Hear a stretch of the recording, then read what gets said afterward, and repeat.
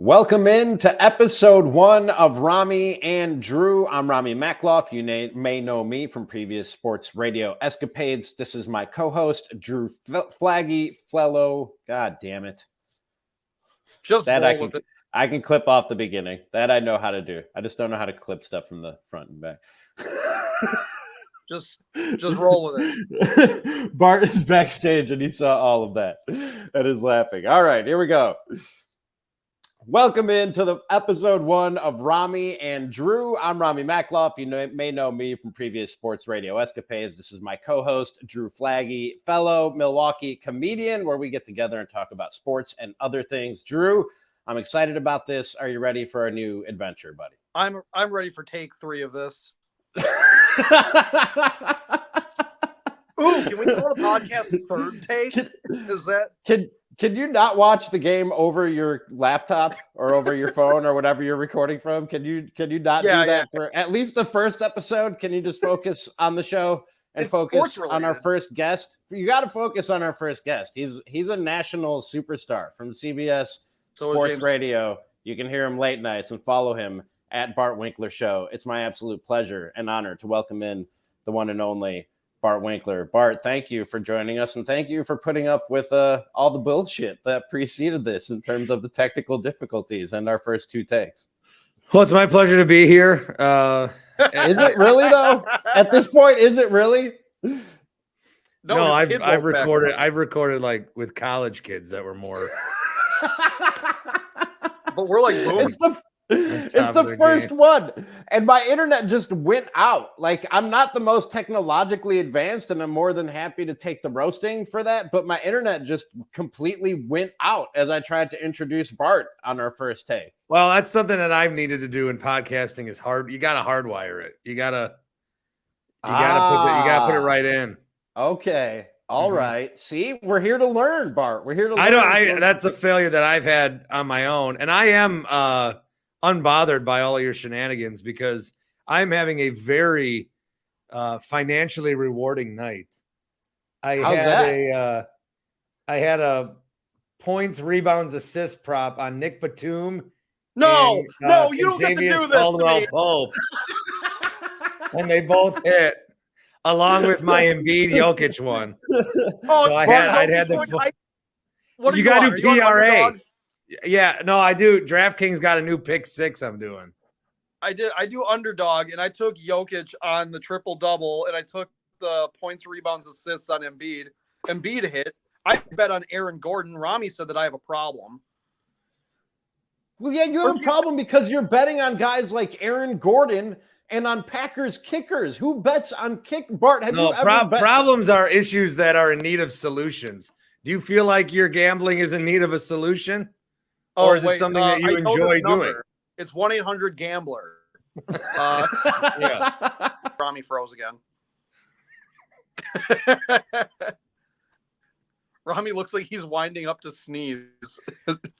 I'm about 5 minutes away from telling Ramie to come over to my house. I'll just edit this. It was fine all day. I've literally been sitting on my computer all day and have had no issues. You sound like Valley Sports. Now it fucking starts up. You sound like Valley Sports. It worked all day. One time it crashed. I will hardwire like Bart told me, and that's an experienced podcaster sharing wisdom with me. But what I was about to say before my internet come out, went out, maybe I'll edit this, maybe I won't. But I don't want this to turn into like a long promo for DraftKings or Underdog or like throw anybody under the bus. How's this shit legal? I thought gambling wasn't legal in Wisconsin, and like y'all are just betting unders. How is this allowed? Is it? Did I just get you guys in trouble? Should we start the recording over again? No, just I think the rule is forget about it. Like that's it. The mob runs it. See, but there's a difference. We're not using like there's betting services. And then there's like fantasy contesting. Yeah.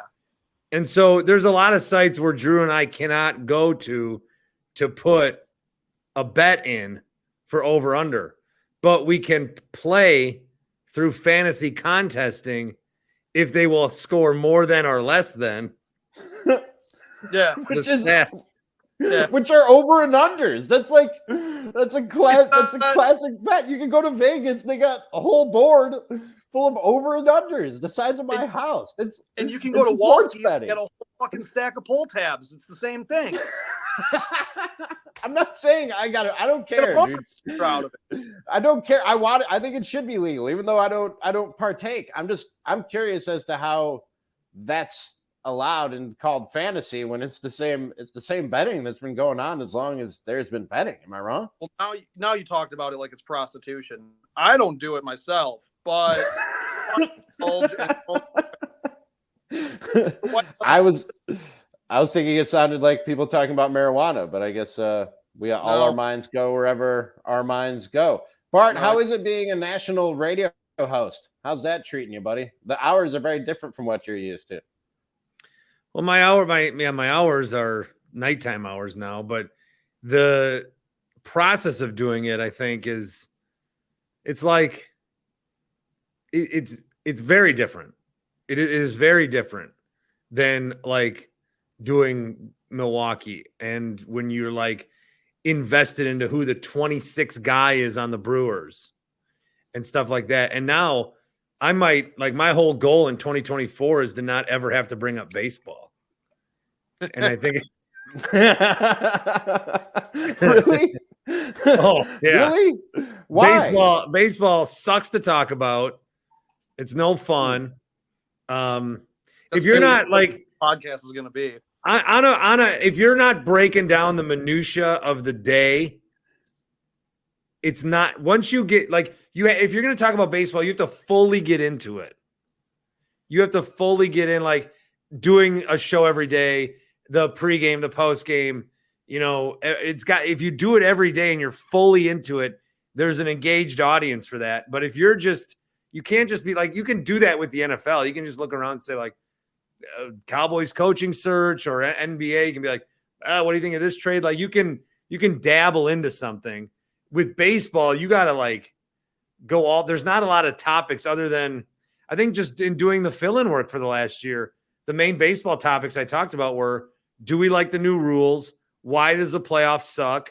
Shohei Ohtani traded. Shohei Ohtani, where's he going to sign?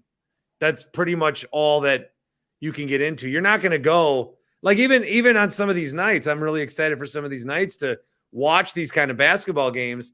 And if it's the Nuggets and the Clippers, you can get 15 minutes out of that to a national audience and talk about it because it just resonates.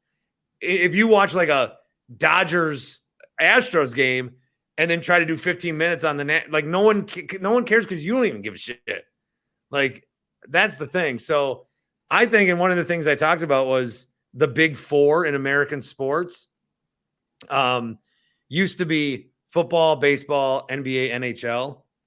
But now I think it is NFL, college football, the NBA, and then I lumped events into another thing, like the Olympics, which Ramie hates, or the World Cup, or the Masters, or Indy 500. Like that's kind of where we're at as a culture. And so because I never watch hockey, and because I hate baseball more with every passing day, this national job is a perfect fit for me. What's that? Is that just being a Brewers fan made you hate baseball? Because my girlfriend and I started dating last year, and she got a whole summer of me being like, fuck this, and just not caring. And then Brandon Woodruff got hurt after we ran into him at an Ian's Pizza. And then we're like, fuck that. Like, he was getting too smoky at the Bandits. It was awesome. And he was like, I'm going to eat these myself. And then his shoulder died. And then I was like, well, all right, don't got to turn that on in October. Yeah, it's just the whole, you're in it. And that's the thing. You're in it for 162 games. And you don't, like, if you're a baseball fan, you're not just watching 4 games a week. And if you are because of work or other events, you're still like, how are the Brewers doing? You're still like, up to date. And then they make the playoffs and they're done within 36 hours. Like, what the amount of time that you prep for something, it's like if you train your whole life to climb Mount Everest and then you get a flat tire on the way to the place, and then someone like shoots you in the neck. It's like you never got to do what you wanted. The fuck was the whole process for? I got go to the first game, first Diamondbacks, and I had to park like way past Kelly's bleachers. I sprinted to the stadium to watch us blow that lead. Like I was so pissed off, and Gary was like, this is awesome, it's the playoffs, and I'm like, we're gonna be done tomorrow. I was just sad the whole time and sweaty because I ran. Bart, I was about to disagree with you, and I was about to be disappointed in you, because I really am. I don't just say this because you're on the show or whatever. I've told you this in private. I'm really happy that you got this job, and I'm proud of you, but I'm also glad that there's somebody on national radio doing national media that isn't just screaming hot takes, that is going to be funny, is going to be smart, and is going to have nuanced takes, and it's going to be different from what we're used to on national radio. And I was about to be mad at you for being like all the rest in not talking about baseball, but you make a good case in terms of hosting a national radio show. It does seem like you either got to be all in and breaking it all down like every day with the same team and following them, or you're kind of just in for the big stories. Like if there's a fight, if somebody charges the mound or there's a fight. Or remember a few years ago when they were checking everybody's belt and everybody's socks and shoes to see if they had something sticky on there. That's when it really lends itself to a national conversation. I love baseball, but you make a good case that it's kind of regionalized and niche-y and nerdy. And it's hard to make that a national thing, which I kind of hate to say, but I agree with you. Well, I don't think baseball is a regional sport, but the way you root for baseball is a hyper local. It's hyper local. It's like, because if you're watching your team, like let's say you watch the Packers. Okay, so you watch them, and then there's 5 other windows of football, which is once a week. It's very digestible. Even the NBA, if you watch the Bucks, they're on a couple times, and then there's plenty of other weeks. And then it gets to be a point where there's not much else going on. Turn on a basketball game. With baseball, they're on every day. So you're going to watch that game, and then you're going to watch another game, and then you're going to do it again. You're already committing 5, 6, 7 days. You're committing time to the sport. And then when else are you going to watch it? So maybe they do a bit. Like I think there should be a day game on every day. Figure it out a way. It's good for kids. It's good for gamblers. People will be interested and take advantage of that. The Sunday night baseball stuff, I mean, that's a start, but it's the same 5 teams all the time. And that's another take that I've kind of really been proud of is with the NFL. It's like, think of the worst Super Bowl matchup possible right now. Like the worst Super Bowl. What would get Houston and Tampa? Okay. Oh. But they would get 110 million people. Yeah. Everybody. And people would celebrate it, and we would find the great storylines because it wouldn't be Houston versus Tampa. It would be the Buccaneers versus the Texans. And in the NFL, we all like look at every team as 1/32nd. But in baseball, it's like, oh, I'm not watching Houston, Tampa. It needs to be the LA Texans and the Chicago Buccaneers. Why? Because the people that cover the sport, like you never see Rich Eisen going, oh, we got to go to Green Bay. There's nothing to do there. We got to go to Green Bay to watch a game. It's like they're not focused. Fans aren't focused. The media's not focused on the market size. And so that's another thing. Like if we're going to rant about baseball, I could go on forever because I think baseball's trying to make all these changes for what? Like there should be a sport that's a little slower. There should be a sport that doesn't have to be TikTok microwaved, drunk uncle getting in there. But there should be something where you can just go and relax and not have to look at 9 different fucking clocks to see what's going on. Oh, yeah. I was totally against the whole speeding up everything. And I brought up to my dad, actually, I'm like, you think any of these pitchers are going to have shoulder injuries and shit like that because they're not letting their bodies just rest for a couple seconds? And then fuck me. That goddamn doctor comes out and says, yeah, Brandon Woodruff's shoulder injury comes from the pitch clock thing. He's like, they're seeing more and more guys with these strains. And it's like Manfred wants to have these rule changes to speed this shit up. So what? So you buy a Christian Yelich Fortnite skin or something? Fuck them. I don't care. I don't care what Hassan Piker and XQC have to say about baseball. They're not American. I don't give a fuck. I don't care what I has to say about the Red Sox. It doesn't matter. So it's like, leave the people who like baseball. The problem is the people that are celebrating the shorter games are the writers who hate their jobs anyway and get to go home 45 minutes earlier. And then we're the ones reading that. And we're like, oh, games are shorter. That is better. Meanwhile, have you seen one person have you seen anyone come out and be like, I'm a 17-year-old kid and I didn't like this 3-hour game, but now that it's 2 hours and 45 minutes, this is the game for me. No, I've said that. I said that for a long time leading up to the rule changes. But I mean, there was a bump in ratings and attendance last year for Major League Baseball. I don't know, because I agree with you, Bart. If you're going to watch a baseball game for 2.5 hours, you'll watch a baseball game for 3 hours. Like what's the other 30 minutes? And every sport now, when you throw in commercials and everything, an NFL game is 3 hours, an NBA game is 2.5 hours. I don't think it was the length of the game that they were trying to shorten. I think they want more perpetual action happening. They don't want the lulls because people aren't being entertained when a pitcher is taking 38 seconds in between a pitch, or there are 6 mound visits in an inning. You know what I mean? I don't know if it's so much about the time and fitting it all into a shorter time frame as much as it is more action constantly happening. And that's why you saw the change in the size of the bases. They want more base runners, more stolen bases, more hit and runs. They just want more action. I think that's more what they're going for with the rules. And honestly, I'm kind of for that. I pushed back on some of these rules, and then I saw with the effect that they had on the game, and I'm here for it. I don't necessarily need a shorter game, but a faster, more athletic, more faster moving game, that I'm here for, and I kind of support it.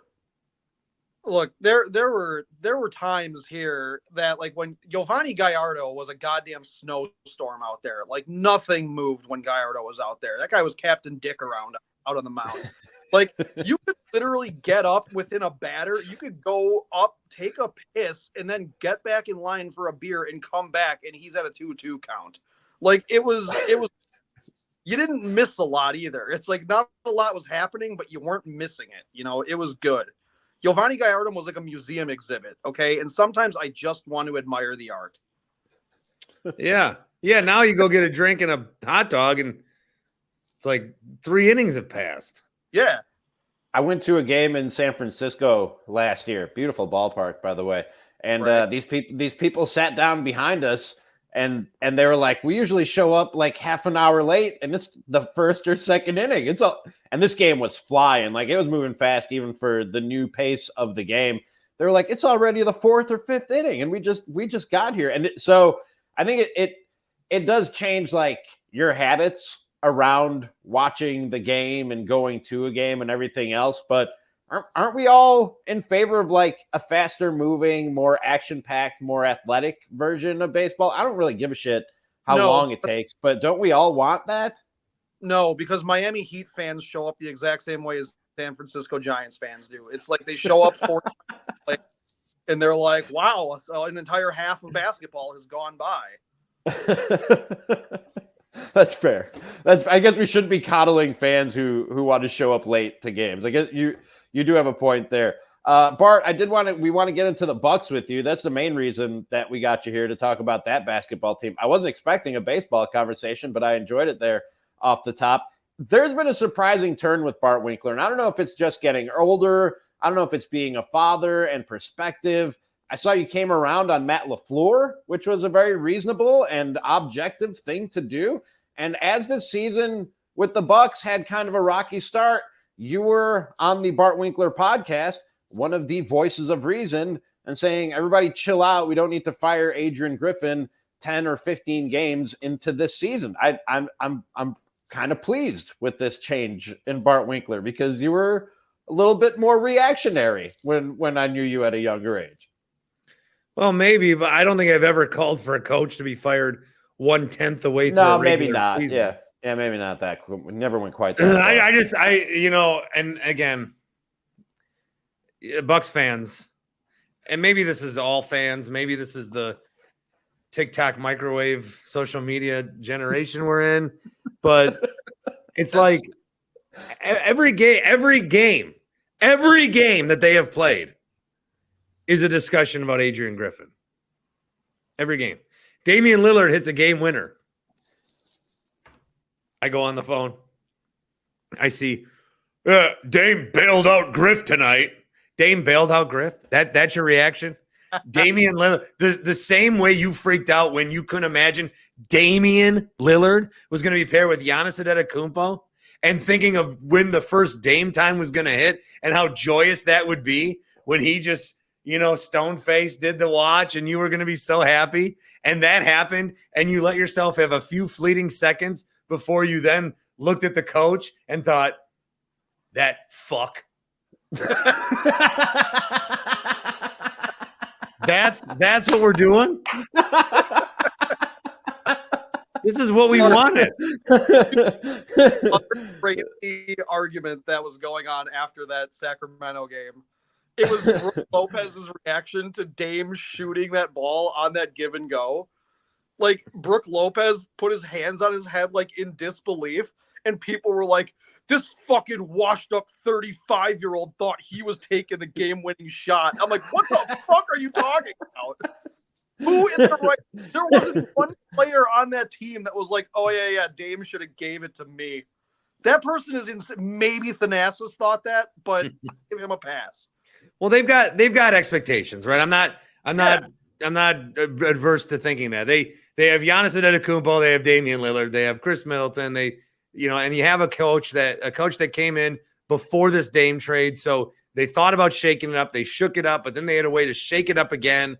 And so maybe you shouldn't have fired Bud. Who knows? I still think the way that something had to change and something did change. It's just they never would have you don't not fire Bud for the 1% chance you might trade for Dame. And then you're like, oh, well, this is how it worked out. This is how it played out.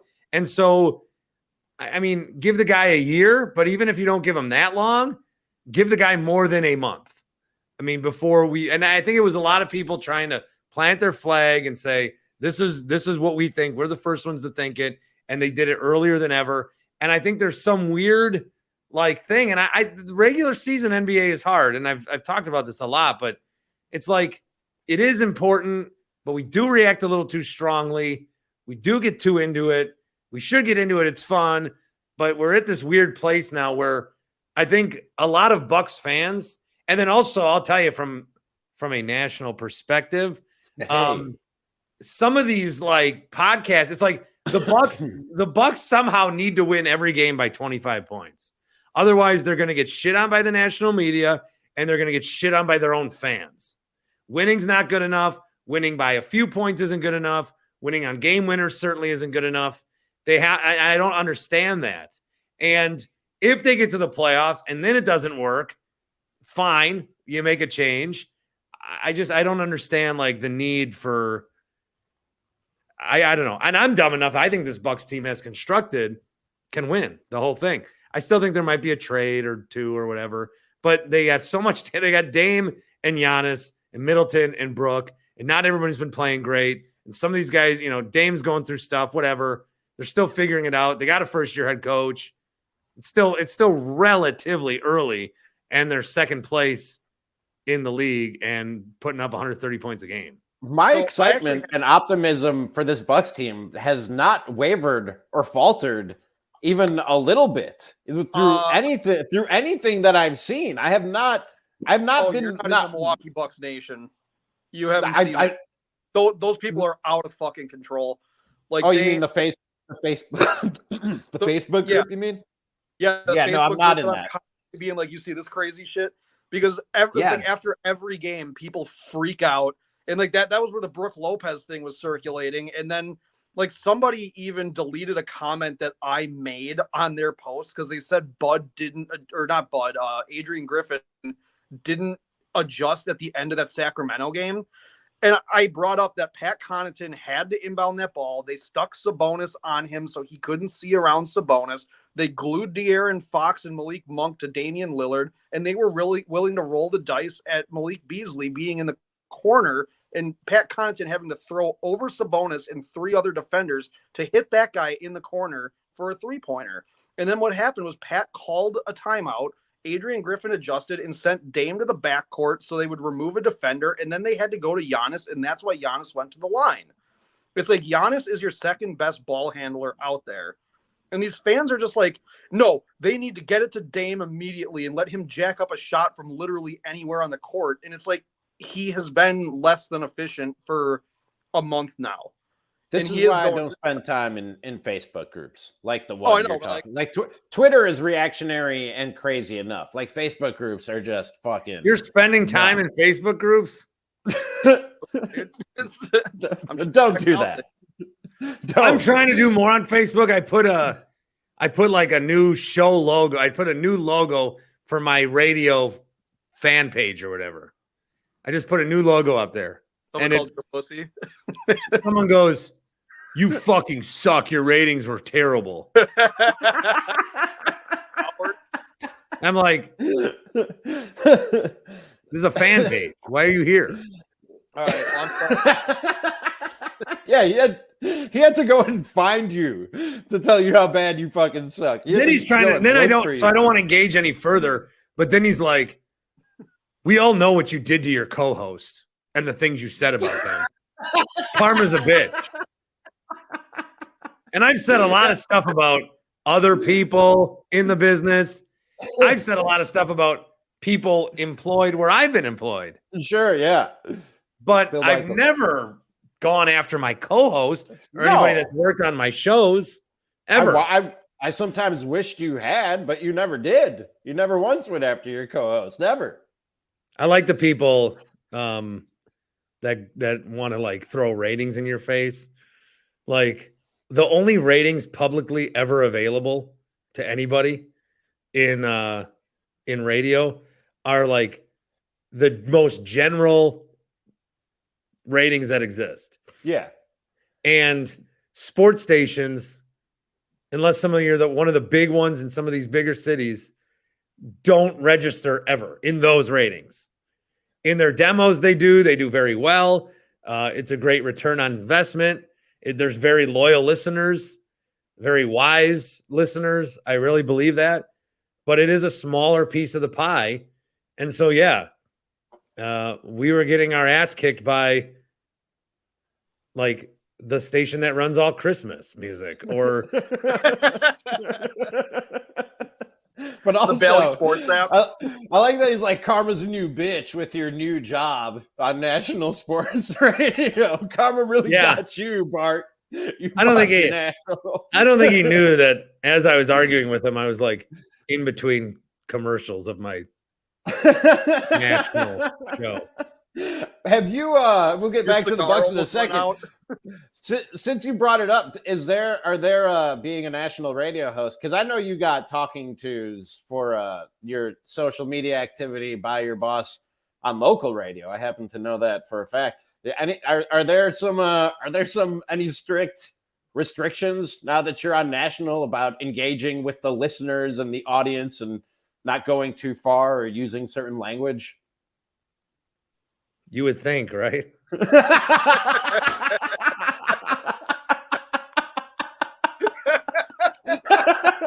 You would think. I would think. I'm trying to police myself better, but dude, I don't know. The Kevin Durant of radio, you're just telling people, "Shut up, pussy."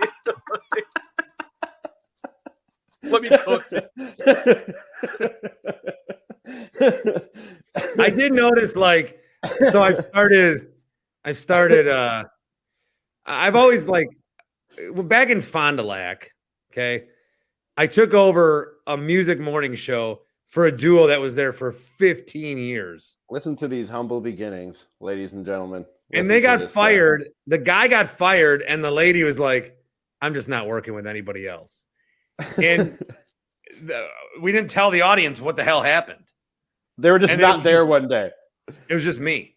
Yeah. And then, like, when Wicket left, then I took over, and there was an explanation, but I had filled in a little bit. So, and then this just happened on my new show, is that I'm a familiar voice on filling in, but I don't know that it registered yet that this is the voice now in this time slot. And wherever I've gone, there's always, I call it the fart stinkler day, where people realize, oh shit, this is the guy now. I hate him. And then they call me fart stinklers if it's the first time I've ever heard it. And, you know, they tweet at whoever, like, this guy sucks. Fuck this guy. And it's all that. And it's like, because for a while, it was a couple of weeks, I'm like, man, nobody's like, I guess this audience likes me. And then, there was one day where I realized there's the normal section of people. Did a guy really called you fart stinkler like recently? Many people, yeah. How does that thought run through your mind and you're not like, that's not original? So I'm sure. Am I just thinking like a comedian where I'm just like, no. I'm sure he's heard that a million times. I'm not going to waste my time calling a guy fart stinkler. I got to be better than that. Dude, how many times, Ramie, how many times have you hosted an open mic for years?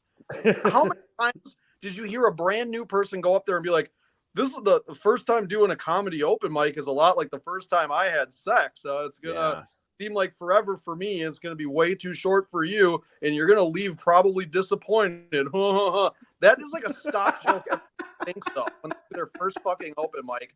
So you don't think that somebody went on a message board and called Bart Fart Stinkler? That's fair. When you texted me that Bart was good to go for this, I was like, Fart Stinkler. I thought of that watching the Clippers tip off. I think I said this on the show too, which I don't know, because I'm trying to be cognizant of like how I come. I don't know. I still think I'm very niche. I don't know. I think I'm like, if you like what I provide, you do. So I'm still trying to be like I'm trying to guide people into what's up here. Yeah. Ease them in. That's very small of you. But I think I said at one point, I said, I could put 100 of you in a room and then you could tell me 15 of these people hate your guts. And I said, by looks alone, I would bat 100% on that test. I could just tell. I know who doesn't like me, just based on your appearance. I could tell. Do you feel like you're more likable on the radio though than you are in person, or vice versa? Wow, what? Do people like you more when they can't see you, or when they look at you? Are you more likable? No, I'm saying because you're not. I mean, we can say we are all we want, but there are differences between on-air Bart and on-air Ramie and on-air Drew versus just your day-to-day person. Do you think that this? I don't think so. Not for me. There's a little bit of a difference. There's always a little bit of a difference. Always. Is this any different than any conversation we've ever had? Off the air? No, I guess our conversations are pretty much the same off the air. Yeah, you got a good point. I'll give you that. I might like actually name names off the air or say shit like that, but you can name names here. Nobody's watching. This is the first episode. Nobody's watching anything. No, the first episode, what happens is you think nobody's watching, but then as you grow, people always want to be like, well, what was the first one like? And so then a bunch of people watch you figure out that in 2024, internet does not reach attics somehow. Or wherever. I'm not in an attic. Where are you? An attic. I'm in an upstairs bedroom. It's what do they call these? I don't know. It's one of the houses with like the pitched It's an an pitch ceiling in the upstairs. There's a name for this style of home, but no, like it's a not. like a bungalow, No, it's not a bungalow. a I don't know what dormer. it's called. I forget what. I don't know, man. How much time do you want to waste on the style of home that I live in? Oh, I live in a bungalow. This is a bungalow. I did want to talk Is about it? Yeah. Ramie. We should get like some books to put behind you, like just dictionaries, and then like a basketball, so we seem smart about sports. I gotta hang up some stuff. It's like politicians. Like we're getting into the political year, and I've been watching a lot of Nikki Haley shit because she texts me every day, and she definitely got my number. She thinks that I'm my mom, and she said, "Hey, what's up, Kim? Nikki Haley here." So I've been checking out and see what she does. She's got books behind her. Like everything she says is stupid, but she looks smart. COVID really changed home broadcast. So everybody's got like a great fucking home broad. Bart, I was on your show the other day. Who was that guy that jumped on your show and he had the fur coat and he had a wall of portraits of himself behind him?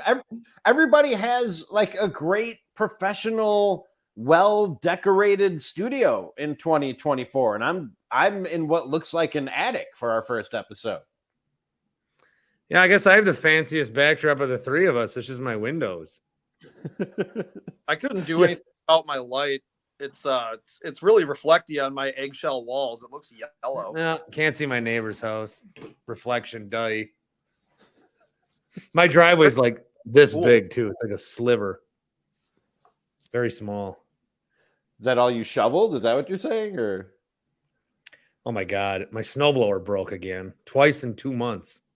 I saw you tweet that. How do you break a snowblower twice in 2 months? It's not even the engine. It's like it's the first one broke, the thing snapped off. And then the second one was a newer one where it's bigger and it clips onto what steers it, and that just decided to break. So did you buy a new one or get them repaired? Why are we talking? Just answer this question and then let's move on from your fucking. I don't think I'm that much. I don't think I'm likable in any platform.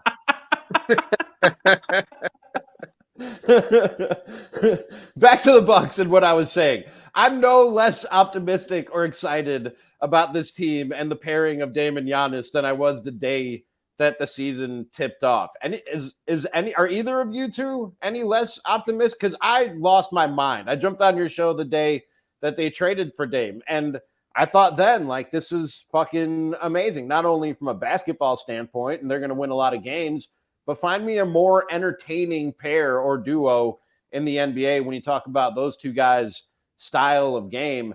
Has any of the shine worn off of that for you guys? Because I still sit down every night and just get giddy and laugh at highlights or watching what we saw the other night with the first Dame time in a Bucks uniform. Like I will not let these Bucks fans that you're talking about rain on this parade for us. No, I wouldn't. I don't think you can say in 2024 that you get giddy anymore. I do.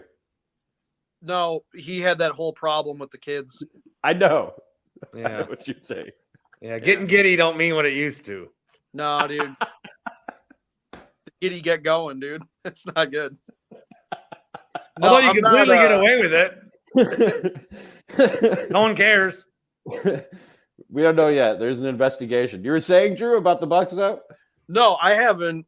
I haven't wavered at all. Like, like I'm constantly trying to go places and watch games and just drag all of our friends out to just like watch this, because it's like if this does manifest into another championship run and we all decide to go to like Uncle Bucks again, it's going to be fun when people are like, oh my God, I sat through January basketball to watch something awesome happen again. Like I told you, like, I mean, you've known for a long time, Damian Lillard was my favorite player in the league anyway. I actually just got accused after Damian Lillard hit that shot of being a Damian Lillard hater.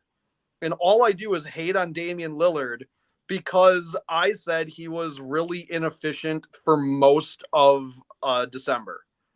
Because remember, I don't use the word inconsistent. I use the word inefficient, where it's like, are you taking a lot of shots and making them? Because like people always lobby the accusation at Chris Middleton, oh, he's inconsistent. Well, maybe there's a game where he only took 8 fucking shots because the shots weren't there. So, yeah, he's going to score what? Maybe maximum 16, 20 points. But people get pissed off when he scores 4 because he shot 8 fucking shots. And he shoots 40% from the floor. It's like, okay, whatever, fine. Like, Damian Lillard was inefficient for a lot of December, but his numbers in Portland already pointed to that happening. Plus his whole thing with going through with whatever his personal issues are. Like, he's fine. Like, I haven't had an issue with him, but then he hits a big 3-pointer and everyone's like, you fucking hate him. You fucking hate it. And I'm like, no, I don't. Like, it's you got to stop talking to the people you talk to is what I I'm know. picking up He wasn't on. well, it's specifically that one comic I told you about that like got all mad. Oh yeah, stop talking. Yeah, stop talking to that guy. I got Bart, are you putting chairs out on the parade route? Are you still fired up about this thing? Has any of it worn off for you? I think like you just got to get to the playoffs. And so we just got to make sure that they continue to get better and that you see improvement. But also if they lose a couple games in a row, it's not the postseason. And I don't know. I tend to think of it that way. I know that a lot of people say, well, the signs were there and this, how you turn on a switch or whatever, but you are playing a different sport. You're playing a different game. It's a different setup. It's against one opponent 5, 6, 7 times. And so I don't know that you can properly judge it until the first round. And last year was bad. And the year before that, they were hurt. Well, and the year before that, they won it all. Last year, we beat the shit out of Miami in the regular season. And then, like, I think we went 3-1 against them last year. And then, if we see the Pacers, we'll kick the shit out of them. Yeah. And that I think that's the thing that a lot of people are upset about, that it's like the Pacers and they're kind of like a non-entity, I think. Like, they're a 6th seed, maybe at best, in my opinion. And what I think people get mad at is they see us lose like 4 games to them. And that sucks to watch. But also it's like the year that like we won the championship, we lost 3 out of 4 games to the Charlotte Hornets. Whatever. Where the hell were they in April? Like, they weren't anybody to worry about. So it's like, I don't know why people like forgot all of 2021, because most of them I honestly think weren't there until May. It is a young fan base, Bart. I've seen you tweet about that. It's a relatively young and new fan base, which is going to happen when you have a team that hasn't won a championship in 50 years. And then suddenly they get a new arena that's the center of downtown and they have a great superstar like Giannis and you win a championship. You're going to draw and attract new people who are still learning the game and sort of learning how to be a fan over the course of a long season. Yeah, I just wish that they're, and not saying that you have to be old to appreciate the Bucks, but there's got to be just a level of like, and I don't know. I remember being mad about a lot of games growing up, and then you punch your pillow, and you slam your hand down, or you say like, fuck, or something like that, and then you move on. But now we have a way to document our frustration, and if everyone's if everyone is punching a pillow, being like, fuck, but they're doing it publicly, then it seems like it's a bigger thing than it is. Then that spreads. Then you have assholes like me that are always like, why is everyone punching their pillow? What? Why don't you? And then people gang with me and gang up on me. And then we're all fighting each other. And then 15 minutes later in the locker room, they go, Bucks fans are crazy. What do you think about that? And they're like, what the fuck? How? We just like finished the game. How is there any group think of emotion? How is there any pulse on what people are thinking? I'm still sweaty, Well, that's where we're at. The first game against the Celtics this year, I was so excited about that game, and then we just came out and just shit the bed hard and had to claw our way back. All of our friends showed up after an open mic to the bar that I was watching it at, and they bought me shots like I was going through a divorce. like I'm not that upset. I'm gonna also take all these shots. Like, that was also blackout. That was also blackout Wednesday. I think that factored in as well. It was bad. My sister drunkenly took my keys and drove me home in my car. That. I found out how high up my back seats are because my sister was like, "You're not driving." Nice. I should maybe edit that out too. We'll decide in post. Bart, we are going to wrap this. 25. we are gonna wrap this thing up, but before I let you go, like your football team is like in the playoffs again, and you got a quarterback again, and like that's probably pretty cool for you. Ramie, say it. What team is that? Oh, you're doing the Ohio State Michigan thing? No, I fucking hate you guys. How is this happening again? How's this happening again? They're the best. They're the best team in the NFC North. No, they are going out because I'm already looking at next season. The Packers aren't winning the Super Bowl. The Lions aren't winning the Super Bowl. The Vikings aren't even in the playoffs, and the Bears are a joke of an organization. Well, this is why I think Packer fans need to really enjoy this moment, because next year there will be expectation again. Like now we've seen what Jordan Love can do, and we've seen this team get better. Next year there will be expectation. This year still there's not. You're still playing with house money. So sure. I do kind of worry about like a Jordan Love and CJ Stroud did really good, and then they're both going to go and get, whooped up by, and get an like welcome to the league moment. I worry about that a little bit. But also Jordan Love's been playing on what I think is as good of a run as you've ever gotten from a Packer quarterback. With these last 8 weeks, there was the Giants hiccup, but he's got like 20 touchdowns, 1 pick, passer ratings over 100 every game.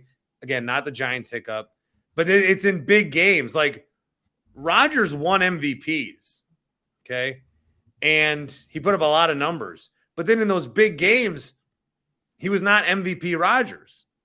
Love is playing better in bigger games, and it's a greater stretch than Rodgers maybe has done.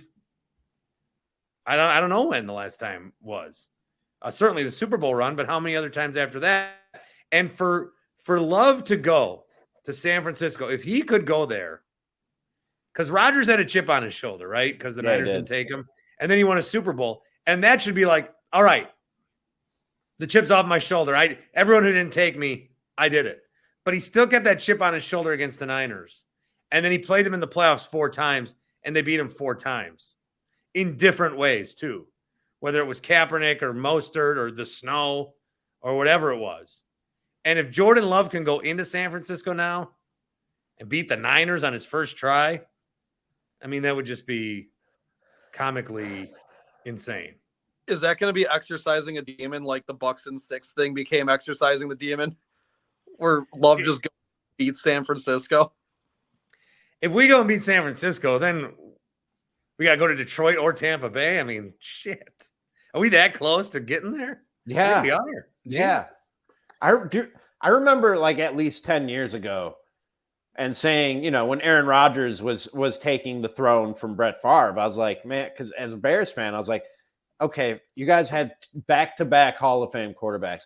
If there's a third, I quit, and I'm not just a job in sports media. I just quit football. Like and now it's happening, and they're like testing me. They're challenging me to see if I will actually fuck the football guys are trying to see if I will actually do this and just quit football. And I might. I'm telling you, if this goes in the trajectory that it's going right now, in 2 or 3 years from now, I might just be done with the sport, man. This is fucking bullshit. This is complete and total bullshit.